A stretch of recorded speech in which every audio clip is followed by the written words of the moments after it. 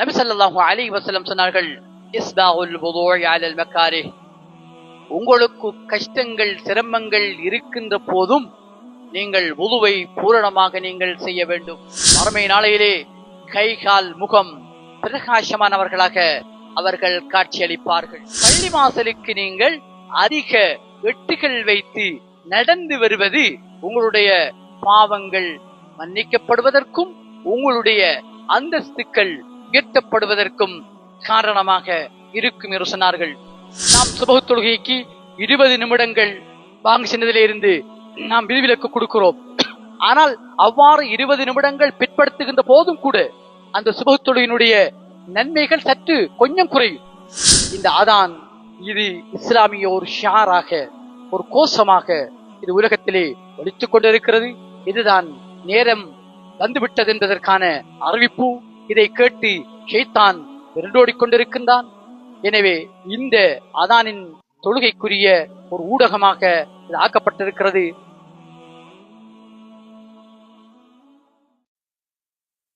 அனைவருக்கும் இந்த ஜமாதுல் அவ்வல் மாதத்தின்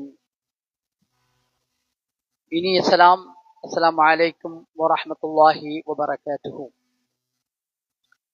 இமாம் திர்மிதி ரஹ்மத்துல்லாஹி அலைஹி அவர்கள் கோர்வை செய்து நமக்கு முன்வைத்திருக்கின்ற ஜாமிஉ திர்மிதி கிரந்தத்தின் முதலாவது ஹதீஸிலே இருந்து இன்றைய பயான் நிகழ்வை ஆரம்பம் செய்கின்றேன். அவருடைய சுத்தம் எங்கக்கூடிய தலையங்கத்திலே முதலாவது ஹதீஸ் பதியப்பட்டிருக்கிறது.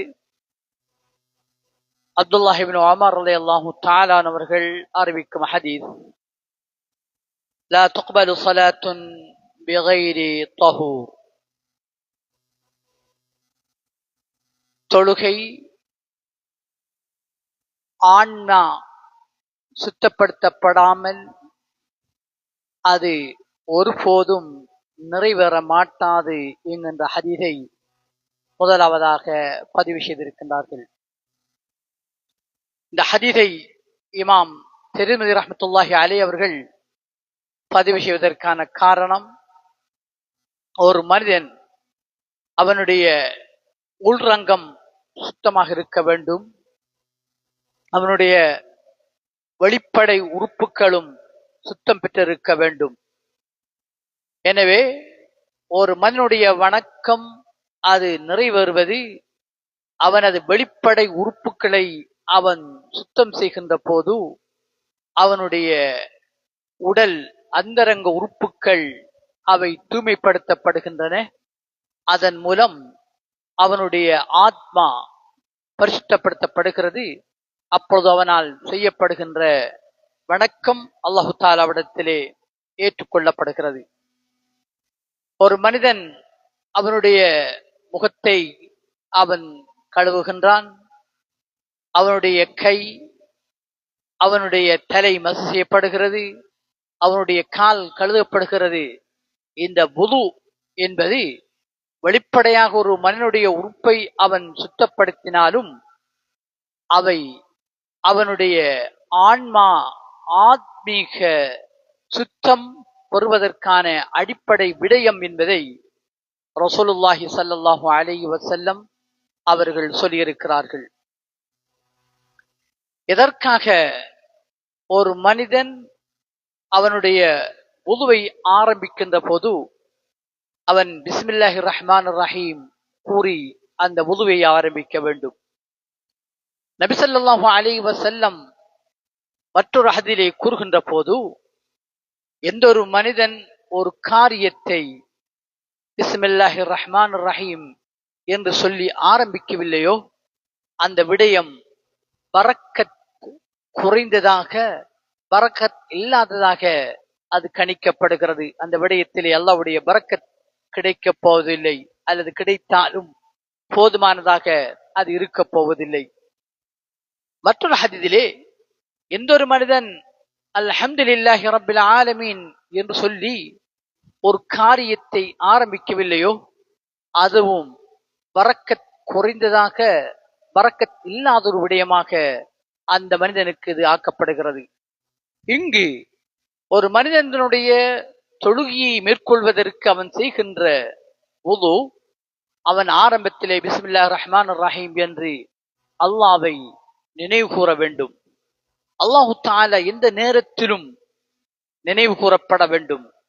அந்த மனிதன் இப்பொழுது வுது செய்கிறான் என்றால் அந்த வுதுவின் போதும் இந்த பிஸ்மில்லாஹிர் ரஹ்மானிர் ரஹீம் என்கக்கூடிய இந்த திக்ரை ஓதித்தான் அவனுடைய வுதுவை ஆரம்பிக்க வேண்டும். ஒரு மனிதன் வுது செய்கிறான் என்றால் அவன் அவனுடைய இரண்டு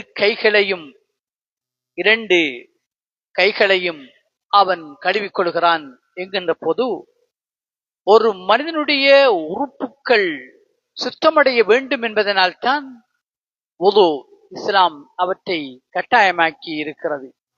ஒரு மனிதன் கையை கழுகுகின்ற போது அவனுடைய கரங்களால் செய்த பாவங்கள் அவை உதிர்ந்து விடுகிறது. ஒரு மனிதன் முகத்தை கழுகுகின்ற போது அவனுடைய பார்வையினால் செய்த பாவங்கள் அப்பொழுது அது கழுவி அந்த பாவங்கள் அற்ற ஒரு முகமாக அந்த முகம் காட்சியளிக்கிறது. சில அறிஞர்களுடைய கருத்துக்கள், ஒரு மனிதன் தன்னுடைய கையை கழுகுகின்ற போது அவனுடைய பிரார்த்தனை எவ்வாறு அமைந்திருக்க வேண்டும் என்றால், யா அல்லாஹ், மறுமை நாளையிலே எனது பட்டோலையை எனது வலது கரத்திலே தருவாயாக என்பது அதனுடைய அர்த்தமாக அமைந்திருக்கும். ஒரு மனிதன் தன்னுடைய இடது கையை கழுகுகின்ற போது தன்னுடைய பட்டோலை இடது கையிலே ஒருபோதும் கிடைக்காமல் செய்வாயாக, என்னுடைய வலது கரத்திலேதான் என் பட்டோலை கிடைக்கப்பெற வேண்டும் என்பது அதனுடைய கருத்தாக அமைந்திருக்கும். ஒரு மனிதன் முகத்தை கழுகுகின்ற போது என்னுடைய முகம் நாளை மறுமை நாளிலே சொர்க்கத்தின் காட்சிகளை காண வேண்டும், என்னுடைய முகம் மறுமை நாளிலே உன்னது திருமுகத்தை பார்க்க வேண்டும், அவ்வாறு தன்னுடைய முகம் அது தூய்மையடைய வேண்டும். பார்வையிலே இருந்து பாவமான விடயங்களை பார்த்ததனால் ஏற்பட்ட பாவங்கள் கழுவப்பட்டு அந்த மனிதனுடைய முகம் தூய்மையாகின்ற அந்த ஒரு விடயத்திற்காகத்தான் ஒரு மனிதனுடைய முகத்தை கழுவுமாறு இஸ்லாம் வுதுவிலே பணித்திருக்கிறது. அதுபோன்றுதான் ஒரு மனிதன் தன்னுடைய முன்னெற்றியிலே அவன் மஸஹ் செய்கின்ற போது, மறுமை நாளையிலே அல்லாஹ் தஆலா சொல்லி காட்டியிருக்கிறான் அல் குர்ஆனிலே, நரகவாசிகள் அவர்களுடைய முன்னெற்றி ரோமத்தை பிடித்து அவர்கள் நரகத்திலே எறியப்படுவார்கள். அதனால் தான் தன்னுடைய முன்னெற்றியை ஒரு மனிதன் முடியை மஸஹ் செய்கின்ற போது, யா அல்லாஹ், மறுமை நாளையிலே நீ நரகத்திற்கு முன்னெற்றி ரோமத்தை பிடித்து எறிகின்றவர்கள் கூட்டத்திலே என்னை சேர்த்து விடாதே, என்னுடைய இந்த முன்னெற்றியின் மூலமாக என்னுடைய சிந்தனையை நீ தூய்மைப்படுத்துவாயாக என்பதற்காகத்தான் ஒரு மனிதனுடைய முன்னெற்றியை அவன் மஸஹ் செய்ய வேண்டும் என்று பணிக்கப்பட்டிருக்கிறான். ஒரு மனிதனுடைய காதுகள் அவை தடவப்படுகின்ற போது, மஸஹ் செய்யப்படுகின்ற போது, இந்த காதுகளிலே சுவர்க்கத்தின் மலக்குமார்களுடைய சலாம் சலாம் என்கின்ற வார்த்தைகளை இந்த காது கேட்க வேண்டும். ஜபானியாக்களுடைய வார்த்தைகளை இந்த காது ஒருபோதும் கேட்டுவிடக் கூடாது என்பது காதை நாம் மஸஹ் செய்வதனுடைய நோக்கமாக அமைந்திருக்கிறது. ஒரு மனிதன் தன்னுடைய மூக்குக்கு அவனுடைய மூக்கை அவன் வாய்க்கு பிடிக்கின்ற போதும், மூக்குக்கும் நாசிக்கும் அவன் நீர் செலுத்துகின்ற போதும் கூட, என்னுடைய மூக்கு மறுமை நாளையிலே சுவர்க்கத்தினுடைய நற்வாடையை அது நுகர வேண்டும், நரகத்தினுடைய வாடையை ஒருபோதும் அது நுகர்ந்துவிடக் கூடாது என்பதுதான் இதனுடைய அர்த்தமாக இருக்கிறது என்ற கருத்துக்களை அறிஞர்கள் நமக்கு முன்வைத்திருக்கிறார்கள். ஒரு மனிதனுடைய கால் அவன் கழுகுகின்ற போது தன்னுடைய கால் மறுமை நாளையிலே அது சுவர்க்கத்தை நோக்கி தன்னுடைய கால் பயணிக்க வேண்டும். சிராத்தல் முஸ்தகீம் பாலத்தை மின்னல் வேகத்திலே கடக்கின்ற சக்தி எனக்கு கிடைக்க வேண்டும். என்னுடைய கால் நரகத்திலே நுழைகின்ற காலாக ஒருபோதும் இருந்துவிடக் கூடாது என்பது அதனுடைய அர்த்தம் என்பதை நாம் இந்த ஹதீஸின் மூலமாக விளங்கிக் கொள்கின்றோம். எனவேதான் தொழுகை என்பது ஒரு மனிதனுடைய வெளி உறுப்புகளும் அவனுடைய ஆத்மாவும் ஆன்மாவும் சுத்தப்படுத்தப்படுகின்ற போதுதான் அல்லாஹ்விடத்திலே ஏற்றுக்கொள்ளப்படுகிறது என்று இந்த ஹதீஸ் இந்த கருத்தை நமக்கு முன்வைப்பதை நாம் காணலாம். இரண்டாவது, அந்த தொடரிலே வலா சதகத்துன் மின் உலூல், ஒரு மனிதன் கொடுக்கின்ற தான தர்மங்கள் ஏழை எளியவர்களுக்கு, அனாதைகளுக்கு, தேவையானவர்களுக்கு ஒரு மனிதன் கொடுக்கின்ற தர்மம் அது அழகான தூய்மையானவற்றிலே இருந்து அந்த தர்மங்கள் கொடுக்கப்படுகின்ற போது அது அல்லாஹ்விடத்திலே ஏற்றுக்கொள்ளப்படுகிறது. ஒரு மனிதனுடைய செல்வத்திலே அநியாயங்கள் ஹராம்கள் கலந்து அவற்றிலே இருந்து அவன் சதக்காக்களை கொடுத்தால் அல்லாஹ்விடத்திலே அது ஏற்றுக்கொள்ளப்பட மாட்டாது என்ற கருத்தை இந்த ஹதீஸ் நமக்கு முன்வைப்பதை நாம் காணலாம். எனவேதான் ஒரு மனிதனுடைய காரியம் தூய்மையாக இருக்க வேண்டும். தொழுகை ஒரு மனிதனுடைய உறுப்புகளின் தூய்மை, ஆன்மாவின் தூய்மையிலேதான் ஒரு மனிதனுடைய தொழுகை ஏற்றுக்கொள்ளப்படுகிறது. ஒரு மனிதனுடைய ஏனைய வணக்க வழிபாடுகள் எல்லாம் தூய்மையை கொண்டுதான் அல்லாஹ்விடத்திலே ஏற்றுக்கொள்ளப்படுகிறது என்பது அதனுடைய கருத்தாக அமைந்திருப்பதை நாம் காண்கின்றோம். அடுத்த ஹதீஸிலே இமாம் திருமதி ரஹ்மத்துல்லாஹி அலைஹி பதிவு செய்திருக்கிற ஹதீஸ் மிஃப்தாஹு ஸலாத்தி அத்-தஹூர், தொழுகைக்குரிய திறவுகோல் அது வுது செய்வதாகும். தன்னுடைய உள் வெளிப்படைகளை தூய்மைப்படுத்துவதாகும். ஒரு மனிதன் தொழுகைக்கு தக்பீர் கட்டிவிட்டால் அவன் சாதாரணமாக செய்கின்ற விடயங்கள் எல்லாம் அவனுக்கு ஹராமாக்கப்பட்டு விடுகிறது. ஒரு மனிதன் சலாம் கொடுத்து விட்டால் அவனுக்கு எவைகளெல்லாம் தக்பீர் கட்டியவுடன் தடை செய்யப்பட்டதோ அது அவனுக்கு ஆகமானதாக ஆக்கப்படுகிறது. எனவே தொழுகை ஒரு மனிதனுடைய வுது பூரணத்துவம் பெற வேண்டும். பூரணத்துவம் பெறுகின்ற போதுதான் அல்லாஹ்விடத்திலே தொழுகைகள் ஏற்றுக்கொள்ளப்படும் என்ற கருத்தினை இந்த ஹதீஸ் நமக்கு சுட்டிக்காட்டுகிறது. அடுத்து மூன்றாவது ஹதீஸாக லௌலா அன்ன ஷுக்க உம்மதி லஅமர்துஹும் பிஸ்வாக், என்னுடைய உம்மத்திற்கு சிரமங்கள் இல்லை என்றிருந்தால் ஒவ்வொரு தொழுகையின் போதும் அவர்கள் தங்களுடைய வாய் பற்களை தூய்மைப்படுத்தி அவர்கள் தொழுகையை மேற்கொள்ளுமாறு நான் பணித்திருப்பேன் என்று ரசூலுல்லாஹி ஸல்லல்லாஹு அலைஹி வஸல்லம் அவர்கள் சொல்லியிருக்கிறார்கள். தொழுகை என்பது கூட்டாக செய்யப்படுகின்ற ஒரு வணக்கம். ஒரு மனிதன் ஜமாஅத்தோடு சேர்ந்து தொழுகையை அவன் நிறைவேற்றுவதற்குரிய வாய்ப்பை இந்த தொழுகை ஜமாஅத்து தொழுகை அவனுக்கு வழங்குகின்றது. எனவேதான் ஜமாஅத்து தொழுகையிலே ஈடுபடுகின்றவர்கள் மற்றவர்கள் அவர்களுக்கு பக்கத்திலே இருக்கின்ற அவர்களோடு சேர்ந்திருக்கின்றவர்களுக்கு எந்த வகையிலும் அவர்கள் ஒரு வேதனையை நோவினையை ஏற்படுத்திவிடக் கூடாது. எனவே ஒரு மனிதனுடைய வாய் சுத்தமாக இருத்தல் என்பது ஜமாஅத்தோடு தொழுகின்ற மற்ற மக்களுக்கு அது உதவி செய்கின்ற ஒரு விடயமாகும். அதனால் தான் ரசூல் ஸல்லல்லாஹு அலைஹி வஸல்லம் அவர்கள் மிஸ்வாக் வாய் சுத்தத்தை மிகவும் கண்டிப்பாக சொல்லி இருக்கிறார்கள். எந்த அளவுக்கு என்றால் ஒரு மனிதன் ஒவ்வொரு தொழுகைக்கும் அவன் தன்னுடைய வாயை சுத்தப்படுத்தி கொண்டு அவன் தொழ வேண்டும், ஜமாத்திலே கலந்து கொள்ள வேண்டும், கட்டாயம் என்கின்ற ஒரு அளவுக்கு நபி ஸல்லல்லாஹு அலைஹி வஸல்லம் அவர்களுடைய வார்த்தைகள் அமைந்திருந்தன.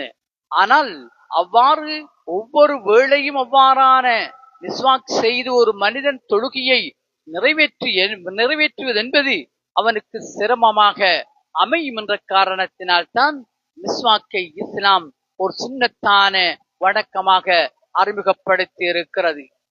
ஆனால் ஒரு மனிதனுடைய வாயு சுத்தத்தை மிஸ்வாக் குச்சியினால் தான் செய்ய வேண்டும் என்பது அல்ல. அது அவ்வாறு செய்வது சிறப்புக்குரியது. ஆனால் ஒரு மனிதன் காலத்திற்கு ஏற்ப அவனுடைய பிரஷின் மூலமாக அல்லது வேறு வடிவங்களிலே தன்னுடைய பற்களை சுத்தப்படுத்தி வாயை சுத்தப்படுத்திக் கொள்வது மிஸ்வாக்காக கருதப்படுகிறது. இங்கு ஒரு சஹாபி தோழர் அவர்கள் ஸைத் இப்னு ஹாலித் ரலியல்லாஹு தஆலா அவர்கள், இமாம் திருமதி ரஹ்மத்துல்லாஹி அலைஹி அவர்கள் இதனை பதிவு செய்திருக்கிறார்கள். அவர்கள் என்ன செய்வார்கள்? பள்ளிவாசலுக்கு ஜமாஅத் தொழுகைக்காக சமூகம் அளிப்பார்கள். சமூகம் அளிக்கின்ற அவர்கள் தன்னுடைய காதிலே தன்னுடைய பற்களை சுத்தப்படுத்தக்கூடிய மிஸ்வாக்கை வைத்திருப்பார்கள். ஒரு எழுதுகின்றவர், உங்களுக்கு கடையிலே சில நேரங்களிலே ஒரு கடை முதலாளி ஒருவர் தன்னுடைய பேனையை தன்னுடைய காதுகளுக்கு இடையிலே செருகிக் கொண்டு அவருடைய கணக்குகளை பதியக்கூடிய நிலைமை தேவைப்படுகின்ற போது காதிலே இருந்து அவர் பேனையை எடுத்து எழுதிக் கொள்வார். அதுபோன்று தன்னுடைய காதிலே பேனையை வைப்பது போன்று ஸைத் இப்னு ஹாலித் ரலியல்லாஹு தஆலா அவர்கள் தன்னுடைய காதிலே அந்த மிஸ்வாக்கை வைத்து தொழுகை ஒன்று ஆரம்பிப்பதற்கு முன்னர் அவர் தொழுகைக்காக தன் தொழுகின்ற இடத்திலே இருந்து எழும்புகின்ற போது அவர் அதனை எடுத்து மிஸ்வாக் செய்து கொண்டு அவருடைய தொழுகையை ஆரம்பித்து அவர்கள் செய்து வந்திருக்கிறார்கள் என்ற கருத்தினை இமாம் திருமதி ரஹ்மத்துல்லாஹி அலைஹி அவர்கள் எங்கு பதிவு செய்திருக்கிறார்கள். சொன்னார்கள், என்னுடைய உம்மத்தினருக்கு இஷா தொழுகையை பிற்படுத்தி தொழுவதில் சிரமம் இல்லை என்றிருந்தால் இஷா தொழுகையை மகரிப் தொழுது ஒரு மணித்தியாலத்துக்குள் இஷாவுக்கு அதான் சொல்லப்படுகிறது. ஆனால் என்னுடைய உம்மத்தினருடைய கஷ்டங்களை கருத்தில் கொண்டுதான் இஷா தொழுகையினுடைய நேரம் முற்படுத்தப்பட்டிருக்கிறது. ஆனால் எனது விருப்பம் இஷா தொழுகையை சற்று பிற்படுத்தி இரவை 3ஆக பிரித்து அதிலே முதலாவது பகுதியிலே இஷா தொழுகையை ஒரு 9-10 மணிக்கு ஒரு 10 மணி அளவில் தொழுவது எனக்கு மிக விருப்பமாக இருந்திருக்கிறது என்று ரசூல் ஸல்லல்லாஹு அலைஹி வஸல்லம் அவர்களுடைய அந்த கருத்து இங்கே பதியப்பட்டிருக்கிறது. ஏனென்று சொன்னால், ஒருவர் மகரிப் தொழுகை என்பது மகரிப் தொழுகையை முடித்தவுடன் அவர் வேறு வேலைகளுக்குள் தன்னை ஈடுபடுத்திக் கொள்ள முடியாது. இஷாவுக்குரிய அதான் சொல்லப்பட்டு இஷாவுக்குரிய தொழுகை ஆரம்பிக்கப்படுகின்ற காரணத்தினால் அதனால் அந்த தொழுகை பிற்படுத்தப்பட்டு தொழப்படுவது சிறப்புக்குரியதாக இருக்கும் என்ற கருத்தினை தான் ரசூல் ஸல்லல்லாஹு அலைஹி வஸல்லம் அவர்கள் சொல்லி வைத்தார்கள். அதை பிற்படுத்தி தொழுவதிலே என்னுடைய உம்மத்திற்கு சிரமங்கள் இருக்கின்றன. எனவே அவ்வாறு சிரமம் இருக்கின்ற போது அவர்களால் தொழ முடியாமல் போய்விடும் என்பதனால் தான் இஸ்லாம் இஷா தொழுகையை உரிய நேரத்தை முற்படுத்தி தொழுமாறு பணித்திருக்கிறது என்பது நபி ஸல்லல்லாஹு அலைஹி வஸல்லம் அவர்களுடைய இந்த ஹதீஸினுடைய கருத்தாக அமைந்திருப்பதை நாம் காணக்கூடியதாக இருக்கின்றது. அடுத்த ஹதீஸ், ரசூல் ஸல்லல்லாஹு அலைஹி வஸல்லம் அவர்கள் சொன்னார்கள், அலா அதுல்லுக்கும் அலா மா யம்ஹு அல்லாஹு பிஹில் ஹதாயா, உங்களுக்கு நீங்கள் செய்கின்ற தவறுகளை மன்னிக்கின்ற, நீங்கள் மனிதன் இயல்பாகவே தவறு செய்யக்கூடியவன், அவன் அறியாமல் அவன் பாவம் செய்து விடலாம். இவ்வாறான இந்த தவறுகளை இந்த பாவத்தை மன்னிக்கின்ற, உங்களுடைய அந்தஸ்து தரஜாக்கள் நாளடைவில் உயர்த்தி செல்லப்படுகின்ற அவ்வாறான ஒரு வணக்கத்தினை உங்களுக்கு சொல்லட்டுமா என்று நபி ஸல்லல்லாஹு அலைஹி வஸல்லம் அவர்கள் சஹாபா தோழர்களை பார்த்து கேட்டார்கள். சஹாபா தோழர்கள், ஆம் யா ரசூலல்லாஹ், அதனை எங்களுக்கு சொல்லித்தாருங்கள். நபி ஸல்லல்லாஹு அலைஹி வஸல்லம் சொன்னார்கள், இஸ்பாகுல் வுதுஇ அலல் மகாரிஹ், உங்களுக்கு கஷ்டங்கள் சிரமங்கள் இருக்கின்ற போதும் நீங்கள் வுதுவை பூரணமாக நீங்கள் செய்ய வேண்டும். ஏனென்றால் மறுமை நாளையிலே நபி ஸல்லல்லாஹு அலைஹி வஸல்லமுடைய உம்மத்தினர்கள் எவ்வாறு அறியப்படுவார்கள்? சஹாபாக்கள் கேட்டார்கள். கோடான கோடி மக்கள் மஹ்ஷர் மைதானத்திலே புடைசூழ சூழ்ந்திருக்கின்ற போது இதிலே நபி ஸல்லல்லாஹு அலைஹி வஸல்லமுடைய உம்மத்தினர்கள் யார் என்று எவ்வாறு அறியப்படுவது? ஆதம் அலைஹிஸ்ஸலாம் அவர்களுடைய சமுதாயம் தொடக்கம் உலகம் அழியும் வரைக்கும் உலகத்திலே தோன்றிய சமுதாயங்கள் எல்லாம் மஹ்ஷர் மைதானத்திலே ஒன்று சேர்க்கப்படுகின்ற போது அங்கு நபி ஸல்லல்லாஹு அலைஹி வஸல்லமுடைய உம்மத்தினர்கள் யார் என்று எவ்வாறு நீங்கள் அறிந்து கொள்வீர்கள் என்று நபி ஸல்லல்லாஹு அலைஹி வஸல்லம் இடத்தில் கேட்கப்பட்ட போது, அல்லது மஹ்ஷர் மைதானத்தில் இருக்கின்ற ஒரு மனிதன் எவ்வாறு இது நபி ஸல்லல்லாஹு அலைஹி வஸல்லுடைய சமூகம் என்று அறிந்து கொள்வது, அது உம்மத்தை சேர்ந்தவர்கள் என்று அறிந்து கொள்வது?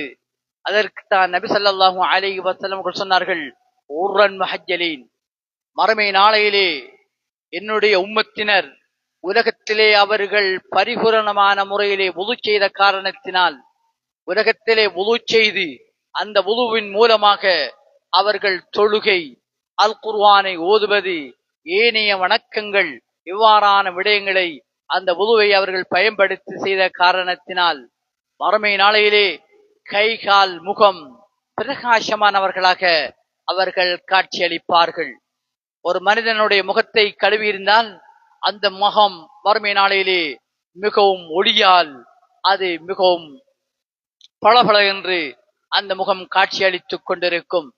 ஒரு மனிதனுடைய கைகளை அவன் கழுவிய காரணத்தினால் கை பிரகாசம் அந்த கையிலே இருந்து வெளிப்பட்டு கொண்டிருக்கும். ஒரு மனிதனுடைய முன்னெற்றியிலே இருந்து பிரகாசம் வந்து கொண்டிருக்கும். ஒருவனுடைய மனிதனுடைய கால் அது பிரகாசத்தினால் அது ஏன் இலங்கிக் கொண்டிருக்கும். இவ்வாறான தன்மையை நீங்கள் கண்டால் இது என்னுடைய உம்மத்தை சேர்ந்தவர் என்பதை நீங்கள் விளங்கிக் கொள்ள வேண்டும். அதுதான் உர்ரன் முஹஜ்ஜலீன். அதனால்தான் உங்களுக்கு இந்த வுது செய்கின்ற உறுப்புகளை நீங்கள் பூரணமான முறையிலே கழுவிக்கொள்ள வேண்டுமா? அதிகமாக கழுவிக்கொள்ளுங்கள். நீங்கள் கையை கழுகின்ற போது உங்களுடைய கையை முழங்கைக்கு வரைக்கும் நீங்கள் கழுவினால் மறுமை நாளையிலே முழங்கை வரைக்கும் உங்களுடைய கைகளுடைய வெளிச்சம் இருக்கும். ஆனால் நீங்கள் உங்களுடைய கைகளை உங்களுடைய முழங்கைக்கு மேல் கொடுங்கை வரைக்கும் நீங்கள் கழுவி வருவீர்களாக இருந்தால் உங்களுடைய கொடுங்கை வரைக்கும் உங்களுடைய கை அது பிரகாசத்தால் இலங்கிக் கொண்டிருக்கும். நீங்கள் தலையை மசஹ் செய்வது, முன்னெற்றி ரோமத்தை மசஹ் செய்வதை விட அதிகமாக உங்களுடைய தலை பூராக நீங்கள் தண்ணியினால் நீங்கள் எடுத்து தடவிக் கொள்வீர்களாக இருந்தால் உங்களுடைய தலை முடி பகுதியெல்லாம் பிரகாசத்தால் அது இலங்கிக் கொண்டிருக்கும். உங்களுடைய காலை நீங்கள் கரண்டிக்கால் வரைக்கும் கழுவி அதை விட மேலதிகமாக நீங்கள் உங்களுடைய கரண்டிக்காலுக்கு மேலால் உங்களுக்கு கழுவ முடியுமாக இருந்தால் அப்பொழுது உங்களுக்கு உங்களுடைய கரண்டிக்கால் மேலாலும் வெளிச்சம் வந்து கொண்டிருக்கும். எனவே இவைகளெல்லாம் நாம் பள்ளிவாசலில் இருக்கின்ற பொது செய்கின்ற இடங்களிலே இவற்றை நாம் செய்து கொள்ள முடியாது. நாம் வீடுகளிலே இருந்து இவ்வாறு பொது செய்து கொண்டு நாம் மஸ்ஜிதை நோக்கி வருகின்ற போது பொதுவோடு வருவதற்குரிய நன்மைகளும் நாம் இந்த உறுப்புகளை அதிகமாக கழுவியதனால் நமக்கு வெளிச்சத்தின் அதிக வெளிச்சம் நமக்கு கிடைக்கின்ற வாய்ப்புகளும் இருக்கின்றன. ஆனால் மஸ்ஜிதை பொறுத்தவரையிலே நாம் நமது சேட்டை களத்தி நம்முடைய முழங்கைக்கு மேலால் நம்மால் கழுக முடியாமல் போய்விடும். இது வீடுகளிலே இருக்கின்ற போதுதான் பொது செய்து வருகின்ற போது அந்த சந்தர்ப்பம் நமக்கு கிடைக்கும் என்பதை விளங்கிக் கொள்ள வேண்டும். இரண்டாவது, ரசூல் ஸல்லல்லாஹு அலைஹி வஸல்லம் சொன்னார்கள், வக்கஸரத்துல் ஹுதா இலல் மஸாஜித், பள்ளிவாசலுக்கு நீங்கள் அதிக எட்டுகள் வைத்து நடந்து வருவது உங்களுடைய பாவங்கள் மன்னிக்கப்படுவதற்கும் உங்களுடைய அந்தஸ்துக்கள் உயர்த்தப்படுவதற்கும் காரணமாக இருக்கும் என்று சொன்னார்கள். நீங்கள் மஸ்ஜிதை நோக்கி வீட்டிலே இருந்து உங்களுக்கு நடந்து வரக்கூடிய தூரமாக இருந்தால் நீங்கள் நடந்து வருகின்ற போது உங்களுடைய ஒவ்வொரு எட்டுக்கும் ஒரு பாவம் மன்னிக்கப்படுகிறது. ஒவ்வொரு எட்டுக்கும் உங்களுக்கு ஒரு அந்தஸ்து உயர்த்தப்படுகிறது. அந்த சிறப்பு உங்களுக்கு கிடைக்கிறது. மூன்றாவது, இன்திலாரு ஸலாத்தி பஅத ஸலாஹ், நீங்கள் ஒரு தொழுகையை முடித்துவிட்டு, உதாரணமாக மக்ரிப் தொழுகையை முடித்துவிட்டு நீங்கள் மஸ்ஜிதிலே அமர்ந்திருந்து, மஸ்ஜிதிலே வடக்கத்திலே நீங்கள் திக்ரிலே அல் குர்ஆன் ஓதுவதிலே அல்லது இஅ்திகாஃப் இருப்பதிலே நீங்கள் அந்த நேரங்களை கழித்து அடுத்த ஒரு தொழுகையை எதிர்பார்த்து நீங்கள் இருப்பீர்களாக இருந்தால், நீங்கள் செய்த பாவங்கள் மன்னிக்கப்படுவதோடு உங்களுக்கு அல்லாஹ் அதற்கு அந்தஸ்துக்களை உயர்த்திக் கொண்டே இருப்பான் என்று ரசூல் ஸல்லல்லாஹு அலைஹி வஸல்லம் அவர்கள் சொல்லிவிட்டு சொன்னார்கள். ஃபதாலிகுமுர் ரபாத், இதுதான் ஒரு மனிதன் அல்லாஹு தஆலாவுடைய பாதையிலே அவன் இருப்பதற்கு சமமான விடயம் என்பதையும் சுட்டிக்காட்டி இருக்கிறார்கள். ஒரு மனிதன் தன் வீட்டிலே இருந்து மஸ்ஜிதை நோக்கி வந்து ஒரு தொழுகையை முடித்துவிட்டு மறு தொழுகை வரும் வரைக்கும் காத்திருந்து மறு தொழுகையையும் ஒரு மனிதன் முடித்துக் கொள்வது என்பது அல்லாஹ்வுடைய பாதையிலே அவன் இருப்பதற்கு சமம் என்ற கருத்தினை ரசூல் ஸல்லல்லாஹு அலைஹி வஸல்லம் நமக்கு சொல்லித் தந்திருக்கிறார்கள். அது எதற்கு ஒரு ஒப்பீடாக அமைகிறது என்றால், ஒரு சஹாபி தோழர் கேட்கிறார், யார் ஸல்லல்லாஹ், நேரங்களை நல்ல முறையில் முகாமைத்துவம் செய்கின்றவர் யார் என்று கேட்ட போதுதான் அதற்கு ரசூல் ஸல்லல்லாஹு அலைஹி வஸல்லம் சொன்னார்கள், எந்த ஒரு மனிதன் தனக்கு இருக்கின்ற 24 மணித்தியாலங்களையும் 3 நேரங்களாக 3 வகையாக வகைப்படுத்துகிறானோ அவன் நேரங்களை நல்ல முறையில் முகாமைத்துவம் செய்தவனாக கருதப்படுகிறான். கேட்டார்கள், என்ன என்று? நீங்கள் உங்களுக்கு தரப்பட்டிருக்கின்ற 24 மணித்தியாலங்களையும் நீங்கள் 8 மணித்தியாலங்களாக நீங்கள் பிரிக்க வேண்டும். நீங்கள் 8 மணித்தியாலங்களை உங்களுடைய ஓய்வுக்காக வேண்டி நீங்கள் எடுத்துக்கொள்ள வேண்டும். நீங்கள் தூங்குவதற்கு, ஓய்வெடுப்பதற்கு நீங்கள் ஒரு நாளைக்கு 8 மணித்தியாலங்களை நீங்கள் எடுத்துக்கொள்ள வேண்டும். இரண்டாவது, உங்களுடைய குடும்பத்திற்கான உழைப்பு போன்றவற்றிலே நீங்கள் செலவழிப்பதற்கு 8 மணித்தியாலங்களை ஆக்கிக் கொள்ள வேண்டும். நீங்கள் வயல் என்றும் கடை என்றும் நீங்கள் அலுவலகம் என்றும் நீங்கள் தனித்து சென்று கொண்டிருப்பதற்கு 8 மணித்தியாலங்களை நீங்கள் பயன்படுத்திக் கொள்ள வேண்டும். பெண்கள் என்றால் உங்களுடைய சமையல்களுக்காக நீங்கள் அந்த சமையலுடைய வேலைகளுக்காக அந்த நேரங்களை நீங்கள் பயன்படுத்திக் கொள்ளலாம். மற்ற 8 மணித்தியாலங்களையும் நீங்கள் அல்லாஹுக்காக வேண்டி ஒவ்வொரு நாளும் செலவழித்தே நீங்கள் ஆக வேண்டும். எவ்வாறு அந்த 8 மணித்தியாலங்களும் செலவழிக்கப்பட வேண்டும் என்றால், நீங்கள் வீட்டிலே இருந்து உது செய்து நீங்கள் மஸ்ஜிதுக்கு வருவதும், மஸ்ஜிதிலே நீங்கள் அமர்ந்து தொழுகையை தொழுதுவிட்டு மீண்டும் ஒரு தொழுகையை காத்திருந்து மற்ற தொழுகையையும் முடித்துவிட்டு இருக்கின்ற நேரங்களும், நீங்கள் உங்களுடைய பெற்றோர்களை நீங்கள் பார்க்க செல்கின்ற நேரங்கள், உங்களுடைய குடும்பத்தாரை நீங்கள் பார்த்து அவர்களுடைய கஷ்ட நஷ்டங்கள் சந்தோஷங்களை கேட்டறிவதிலே நீங்கள் செலவழிக்கின்ற நேரங்களும், உங்களுடைய நண்பர்கள் அவர்கள் நோய்வாய்ப்பட்டிருந்தால் அவர்களுடைய வீட்டுக்கு சென்று அவர்கள் இருக்கின்ற இடத்திற்கு சென்று அவர்களுக்கு நோய் விசாரிக்க செல்வதும், கஷ்டப்படுகின்ற மக்களுக்கு நீங்கள் உதவி செய்வதும், நீங்கள் மற்ற மக்களுக்கு தேவையான உதவிகளை நீங்கள் செய்து கொடுப்பதும், இந்த சமுதாயத்திற்காக வேண்டி நீங்கள் செய்கின்ற விடயமும், நீங்கள் மஸ்ஜிதுக்கு பொறுப்பாளர்களாக இருந்தால் அந்த மஸ்ஜிதுக்காக வேண்டி நீங்கள் செலவழிக்கின்ற நேரங்கள், அந்த மஸ்ஜிதினுடைய செயற்பாட்டிற்காக நீங்கள் கூடி கதைக்கின்ற அந்த கூட்ட நேரங்கள், அதுபோன்று நீங்கள் இன்னொரு மனிதனுக்கு ஒரு சந்தோஷத்தை ஏற்படுத்துவதற்கு அந்த மனிதனுடைய வீட்டை நோக்கி சென்று அவனுக்கு சந்தோஷங்களை ஏற்படுத்துவது, இவ்வாறு சமூக விடயங்கள் அதுவைகளிலே ஈடுபடுவதும், அல்லாஹு தஆலாவுடைய வணக்க வழிபாடுகளிலே நீங்கள் 5 நேரங்கள் இந்த தொழுகையிலே ஈடுபடுவதும், நீங்கள் முடியுமாக அல் குர்ஆனை ஓதிக்கொண்டிருக்கின்ற நேரங்கள், நீங்கள் திக்ர்களை செய்து கொண்டிருக்கின்ற நேரங்கள், இவற்றை நீங்கள் கணக்கிட்டு பார்த்தால் அவற்றுக்குரிய நேரங்கள் 8 மணித்தியாலங்கள் வர வேண்டும். இவ்வாறு நீங்கள் உங்களுடைய நேரங்களை முகாமைத்துவம் செய்து கொள்வீர்களாக இருந்தால் நேரங்களை உலகத்திலே நீங்கள் சரியான முறையில் நேர முகாமைத்துவத்தை பேணியவர்களாக நீங்கள் அல்லாஹ்விடத்திலே கருதப்படுவீர்கள் என்ற கருத்தினை ரசூலுல்லாஹி ஸல்லல்லாஹு அலைஹி வஸல்லம் அவர்கள் முன்வைத்திருக்கிறார்கள். ஒரு மனிதன் கடை தெருக்களிலே கதைத்துக் கொண்டிருக்கிறான். இது அல்லாஹு தஆலா அவனுக்கு விருப்பமில்லாத விடயமாகும். கடை தெருக்கள் என்பது ஷைத்தானுடைய போக்குவரத்துக்குரிய இடங்களாக அமைய பெற்றிருக்கின்றன. சந்தைகள் என்பதும் கடை தெருக்கள் என்பதெல்லாம் ஷைத்தானுடைய நடமாட்டத்திற்குரிய இடங்களாக கணிக்கப்படுகின்றன. எனவே அவற்றிலே ஒரு மனிதன் கதைத்துக் கொண்டு நேரங்களை போக்கிக் கொண்டிருந்தால் அவை இந்த 8 மணித்தியாலங்களுக்குள் உள்வாங்கப்பட மாட்டாது.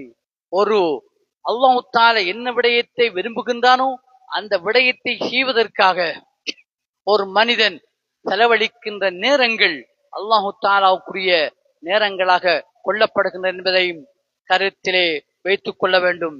எனவே இவ்வாறு ஒரு மனிதன் செய்கின்ற போது அவன் உலகத்திலே நேரங்களை பரிபூரணமாக செய்தவனாக கருதப்படுகிறார். இமாம் கஸாலி ரஹ்மத்துல்லாஹி அலைஹி அவர்கள் அவருடைய யஹ்யா உலூமுத்தீன் கிரந்தத்திலே ஒரு கருத்தை முன்வைக்கின்றார்கள். ஒரு மனிதன் உலகத்திலே அல்லாஹ் அவனுக்கு நேரங்களை கொடுத்திருக்கிறான். அவன் உலகத்திலே 60 வருடங்கள் வாழ்கிறான் என்றால் அந்த 60 வருடத்திலும் ஒரு நாளைக்கு 8 மணித்தியாலங்கள் ஒரு மனிதன் தூங்குகிறான் என்று வைத்துக் கொண்டால் அவன் உலகத்திலே 20 வருடங்கள் தூக்கத்திலே கழித்திருக்கிறான் என்பது அந்த 8 மணித்தியாலங்களின் மூலமாக அவன் 3இல் 1 காலத்தை தூக்கத்திலே கழித்திருக்கிறான். தூக்கம் என்பது ஒரு மனிதன் அவற்றை அல்லாஹ்வுடைய திக்ரோடு அல்லாஹ்வுடைய பிஸ்மில்லாஹிர் ரஹ்மானிர் ரஹீம் என்கின்ற கலிமாவோடு ரசூல் ஸல்லல்லாஹு அலைஹி வஸல்லம் சொல்லித் தந்திருக்கின்ற அந்த துஆவோடு ஒரு மனிதன் தன்னுடைய தூக்கத்தை ஆரம்பித்தால் அந்த மனுடைய அந்த நேரங்களும் அல்லாஹ் தஆலாவுடைய அந்த நேரங்களாக நன்மைகள் கிடைக்கின்ற நேரங்களாக அந்த மனிதனுக்கு ஆக்கப்படுகிறது. எனவே இந்த விடயத்திலே நாம் கவனமாக இருக்க வேண்டும்.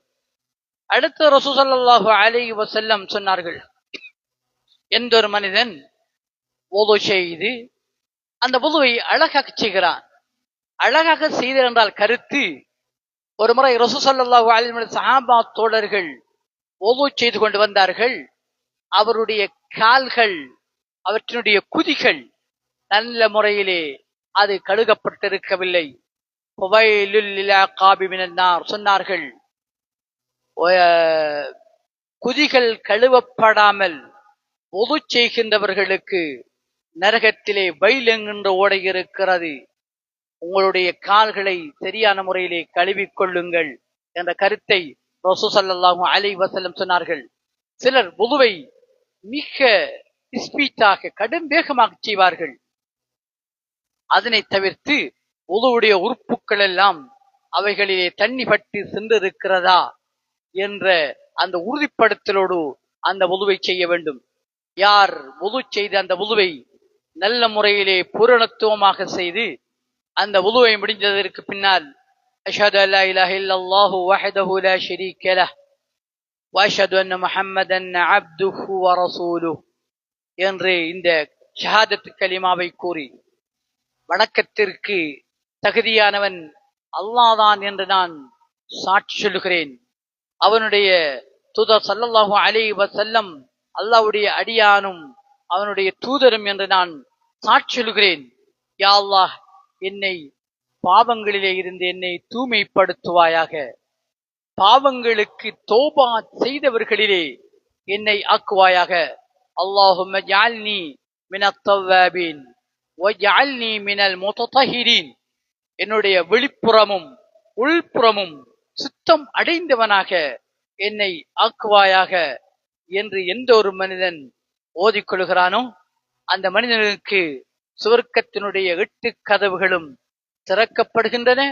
மறுமை நாளையிலே விரும்பிய சுவர்க்கத்தின் கதவினூடாக சுவர்க்கம் நுழையும் பாக்கியம் அவனுக்கு கிடைக்கிறது.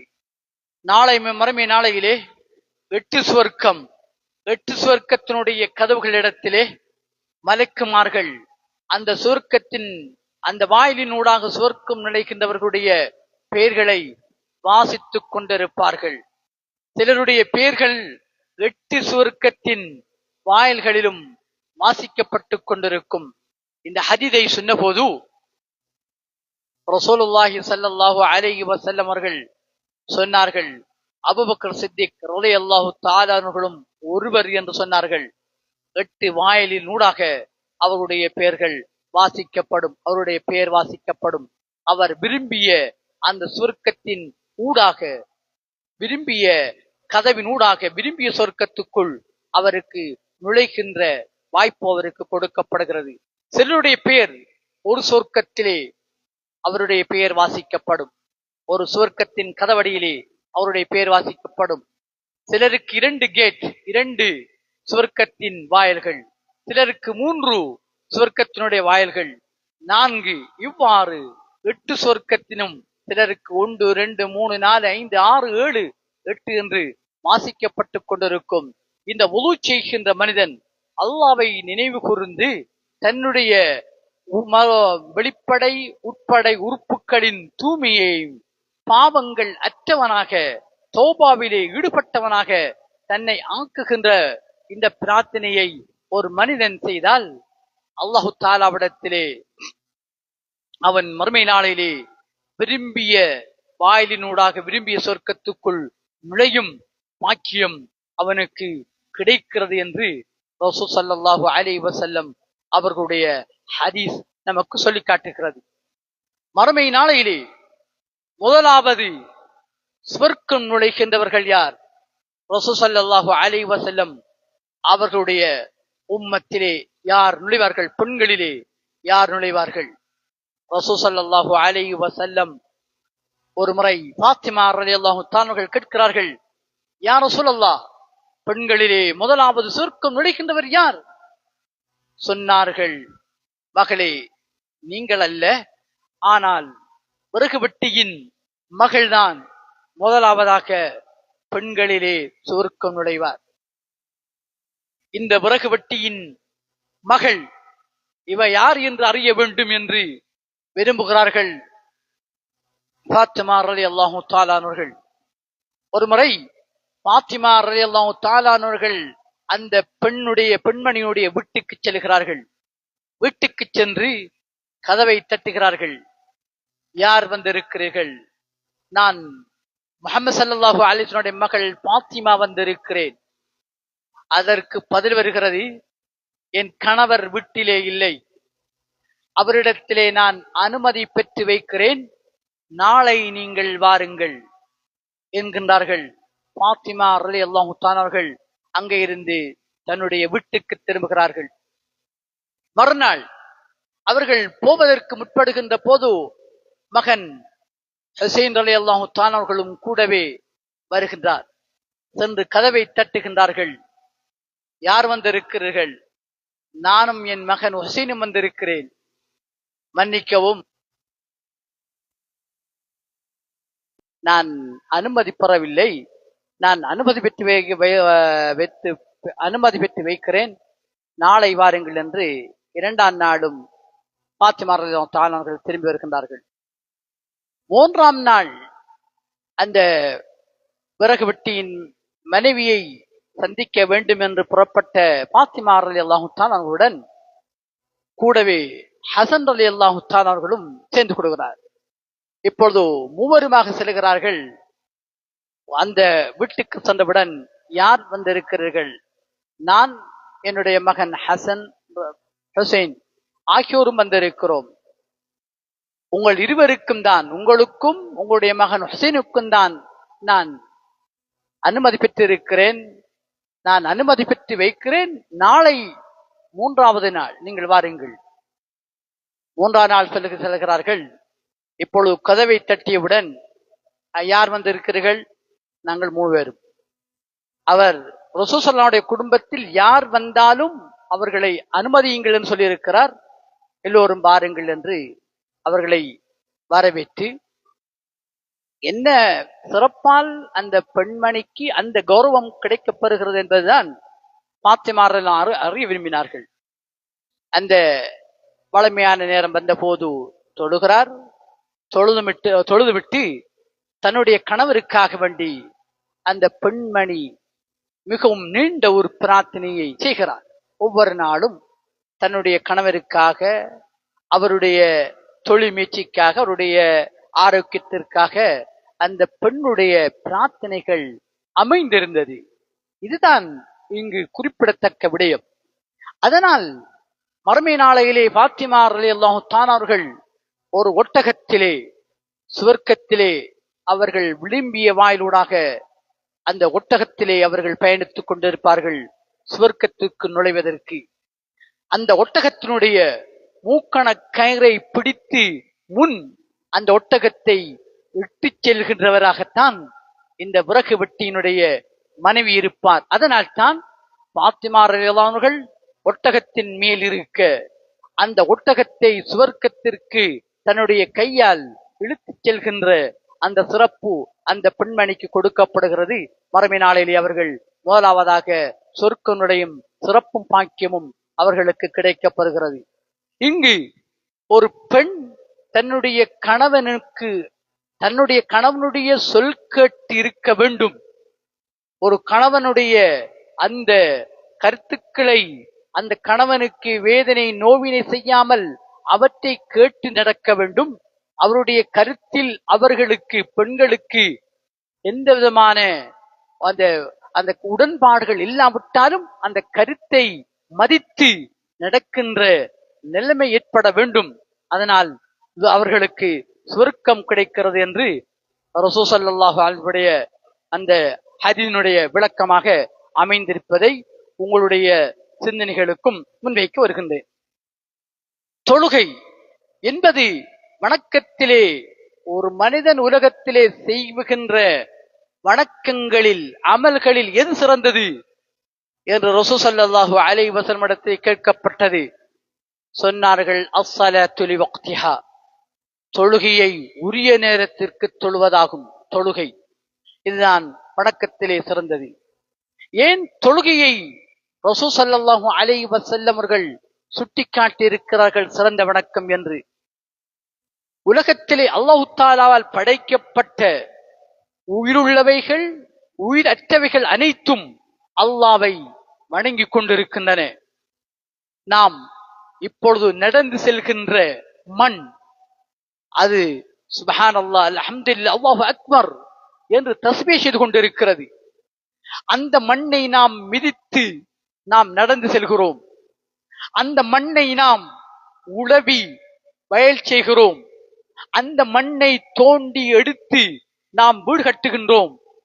அந்த மண்ணிலே நமக்கு தேவையானவைகளை நாம் செய்து கொண்டிருக்கிறோம்.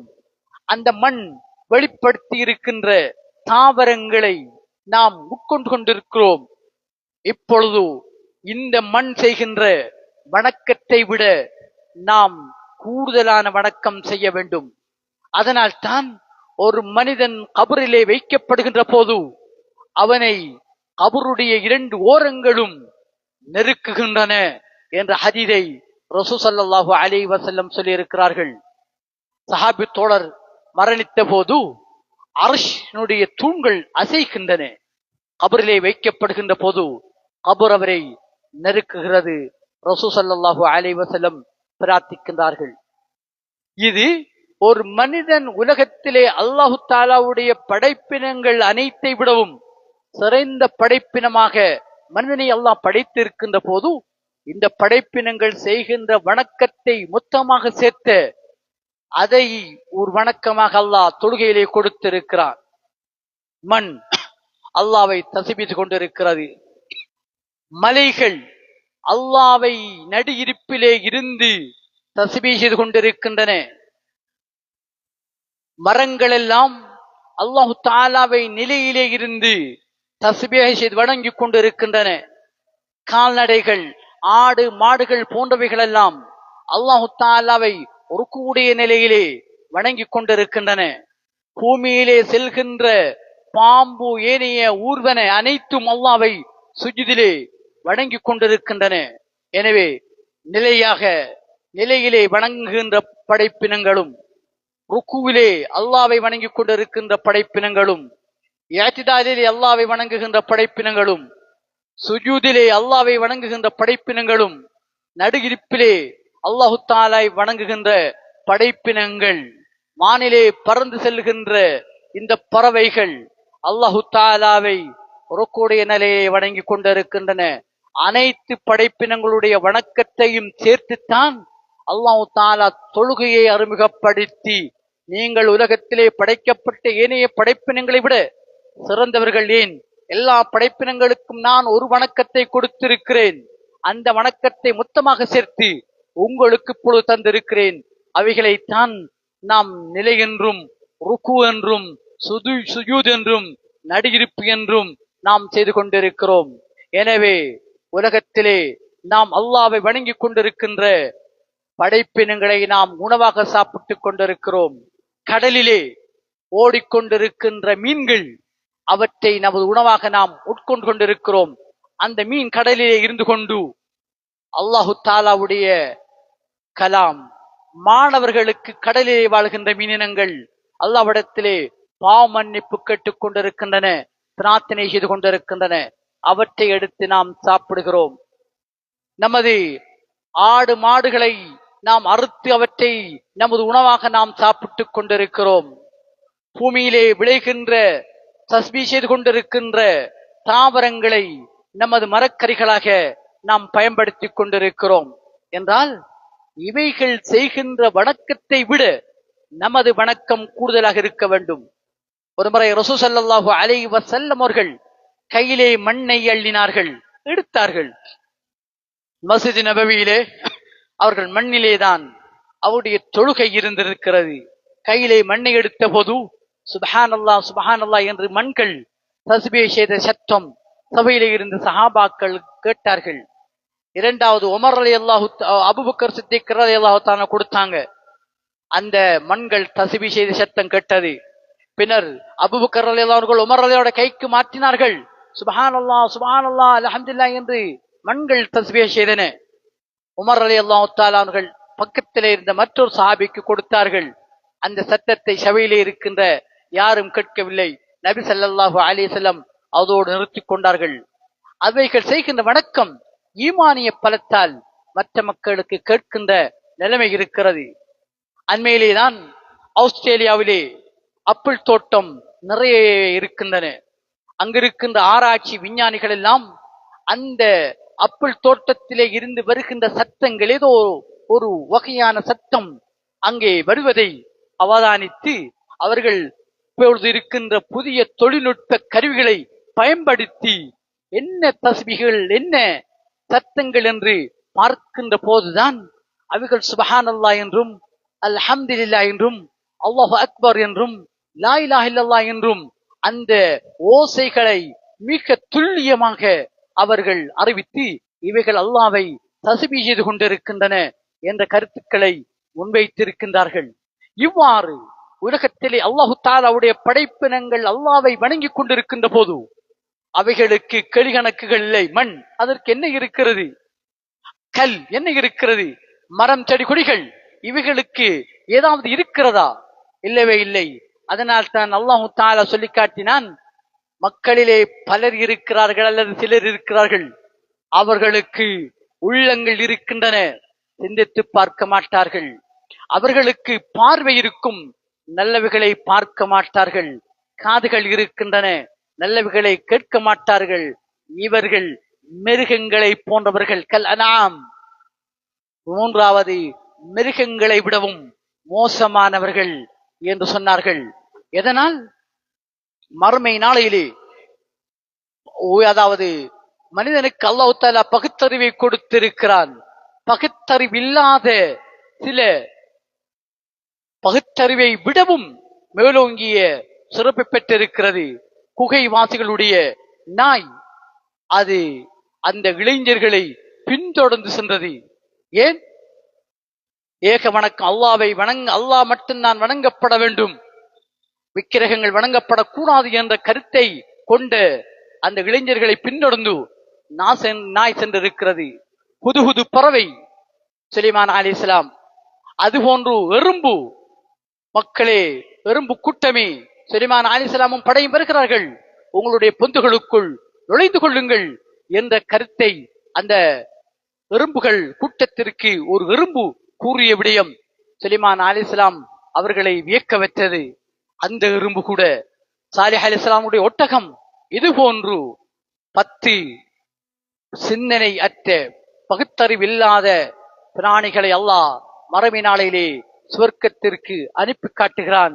இவைகளுக்கு பகுத்தறிவு கொடுக்கப்படாமல் இருந்தும் பகுத்தறிவுள்ள மனிதனை விடவும் சிறப்பான முறையில் இயங்கியதற்காக அவைகளுக்கு அந்த கௌரவம் மறுமை நாளிலே வழங்கப்படுகிறது.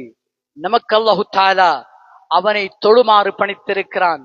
அந்த தொழுகையை நமக்கு அல்லாஹ் 50 வக்திலே இருந்து 5 வக்தாக நமக்கு குறைத்து தந்திருக்கிறான். அதெல்லாம் ஹதீஸ்களிலே இந்த கருத்துக்கள் வருகின்றன. அவற்றை சுருக்கி உங்களுக்கு சொல்கிறேன்.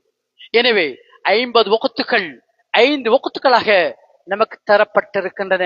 அதுவும் உரிய நேரம் 10-12 மணிக்கு தொழ வேண்டும் என்று, அந்த நேரத்தில் மட்டும்தான் தொழ வேண்டும் என்று வரையறையை இஸ்லாம் நமக்கு முன்வைக்கவில்லை. நெகிழ்வுத்தன்மையோடு இஸ்லாம் நமக்கு முன்வைத்திருக்கிறது. ஒரு சஹாபி தோழர் வந்து கேட்கிறார், யார் ஸல்லல்லாஹ், எந்த நேரத்திலே நான் தொழ வேண்டும்? எங்களோடு 2-3 நாளைக்கு நீங்க இருங்கோ சொன்னார்கள். இப்பொழுது முதல் நேரத்திலே லுஹ்ருடைய நேரம் வந்த போது லுஹர் தொழுகை தொழுகாட்டினார்கள். அசருடைய நேரம் வந்தபோது அசர் தொழுகை, மகரிபுடைய நேரம் வந்தபோது மகரிப், இஷாவுடைய நேரம் சுபவுடைய தொழுகை தொழுகாட்டினார்கள். 2ஆம் நாள் அசருக்கு சற்று முன்னர் லுஹர் தொழுகையை தொழுது காட்டினார்கள். சூரியன் மறைவதற்கு முன் ஒரு 10-15 நிமிடங்களுக்கு முதல் அசர் தொழுகையை தொழுகாட்டினார்கள். செம்மேகம் மறைவதற்கு முன்னர் மகரிபுடைய தொழுகையை தொழுது காட்டினார்கள். இஷா தொழுகையை சற்று பிற்படுத்தி தொழுகாட்டினார்கள். சூரிய உதயம் வருவதற்கு முன்னர் சற்று சுப தொழுகை தொழுகாட்டினார்கள்.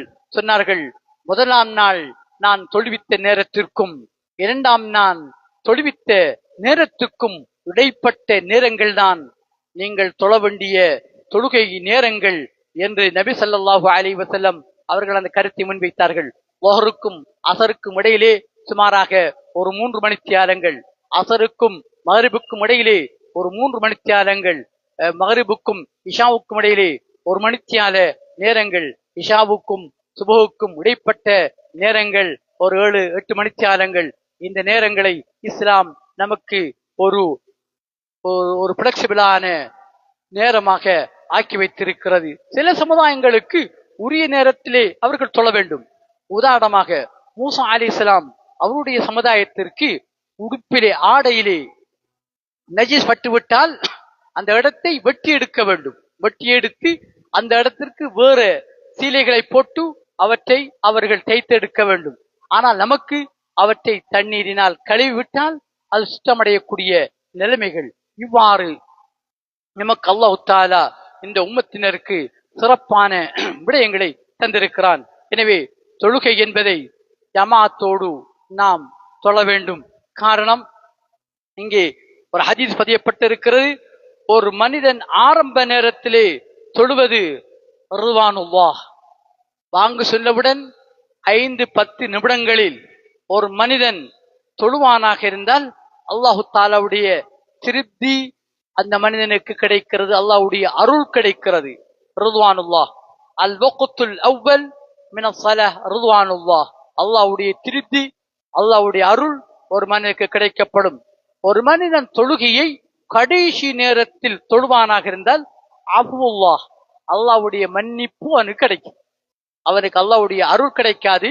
இவன் முந்தி தொழ வேண்டும், ஆனால் பிந்தி தொழுது விட்டான், அதனால் அவனுக்கு அல்லாஹ்வுடைய மன்னிப்பு கிடைக்கிறது.